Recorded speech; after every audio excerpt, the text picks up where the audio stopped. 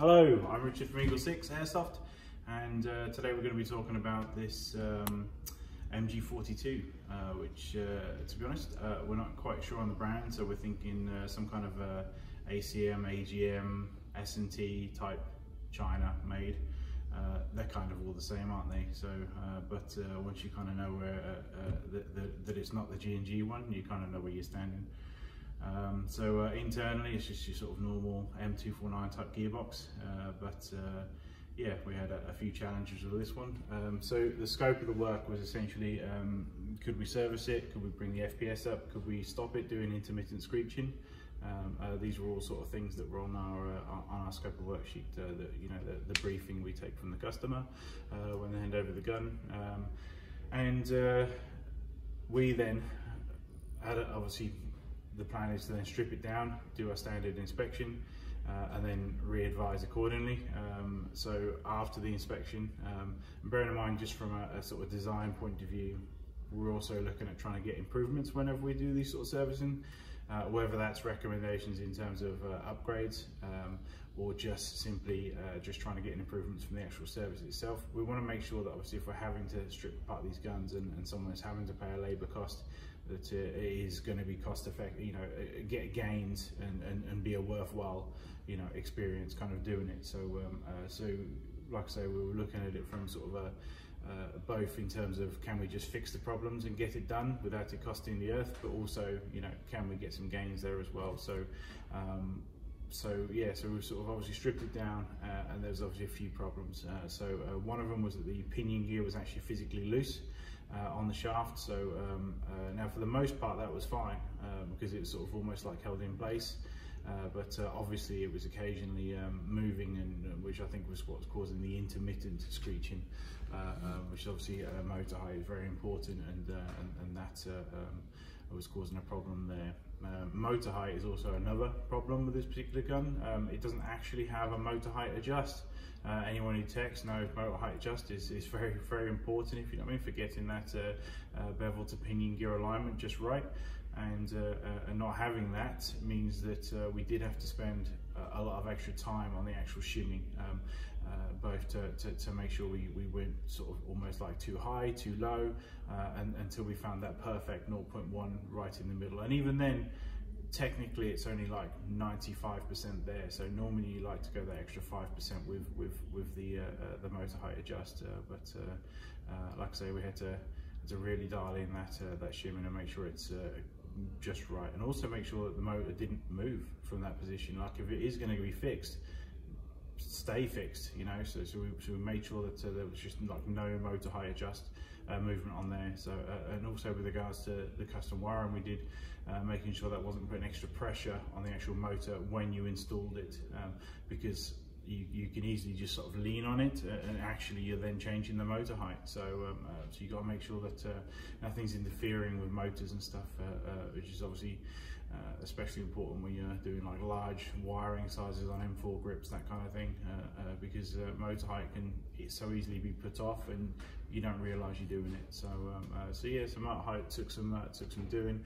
And then we found a broken bearing that was in there, so that was just, it was completely shattered, but it was actually all held in place, so it's one of those things with the China guns and why a lot of gun tech places won't actually work on them, because they can be a bit of a can of worms, essentially. Like everything's working, everything's almost like held in place by just copious amounts of grease until you then take it apart, and unfortunately sometimes when you take it apart, like I say, there is the can of worms, they all spring out, and suddenly now it's 10 times more work than it previously was. So you just don't get that on some of the higher end spec guns and stuff. And also one thing we found was that the actual gearbox shell had shims on it internally, put in a certain way to actually hold the gearbox shell apart enough to actually allow the piston to reciprocate backwards and forwards. Now, don't get me wrong, a little bit of research, we've found some sort of aftermarket shells out there, so somebody doing like a high-end build could potentially replace the actual gearbox shell, but we always have to be sensible, when it comes to some of the servicing we're doing. So, every gun can't be a level 10, so just extreme build, you know, sort of no money, you know, no holds barred, chuck money at it, you know, type thing. So so obviously we're trying to utilize the original, everything that's in there, and then you come across something like that's just off spec. You know, a few things as well we noticed, obviously, like just the actual sort of shape of the gun is almost like it's angled, you know. So we were worried about things like hop to gearbox alignment and all kinds of stuff that you know, it comes into play, you know, when things are off spec, you know. But to the customer and to people buying these guns, you know, they look like a perfectly good gun. So but when you're picking them apart at such a level that techs have to do, you start to find all these things, and you think, you know, God bless TM, you know, for making their guns. At least I've got them to go back to, you know. But like I say, we looked at it and figured out, you know, did all the shimming, got it so that the actual piston itself, once we installed the new one, like I say, it didn't matter whether it was the original one. It's not like it's got its own custom little small piston or something like that. You know, you just have to be careful, because obviously you're taking it apart, and the same thing is somebody taking apart a gun that doesn't want to do shimming. You know, they have to pay attention to the shims to make sure they go back in just the right place, and obviously the gearbox, you take it apart, you don't expect, you know, shims to you know, to be on the gearbox shell. So you know, so it's making sure they go back into the right place, and that took a lot of time as well to make sure that we get just the shims just in just the right place. Obviously we don't want to make it like, you know, crazy wide at the front, crazy wide at, you know, but we want it nice and evenly spaced so that piston can go backwards and forwards without interference, and often we sort of be like, great, oh no, catching, you know, and obviously we don't want anything to interfere with that piston, especially when, you know, on some of the builds we're going to the degree of polishing gearboxes to get that kind of smooth performance, and here is a piston which goes halfway down and physically catches on something. So so yeah, it's incredibly important, and obviously our build was designed around ideally getting to this to be reliable on 11 volt for the customer, because it's a support gun. You know, we're not dealing with a recoil here, we're dealing with a gun which probably people do lean more towards the higher rate of fire. So so this gun had to be 11 volt ready, and we can't have any sort of catching of the actual piston to interfere with that sort of thing. So so yeah, so we had that, so we had no motor height adjust, broken bearing, pinion was loose, and the piston had damage on it. So so instantly after that assessment, we were looking at you know, designing the build around 11 volt, replacing the piston, and replacing the bearings.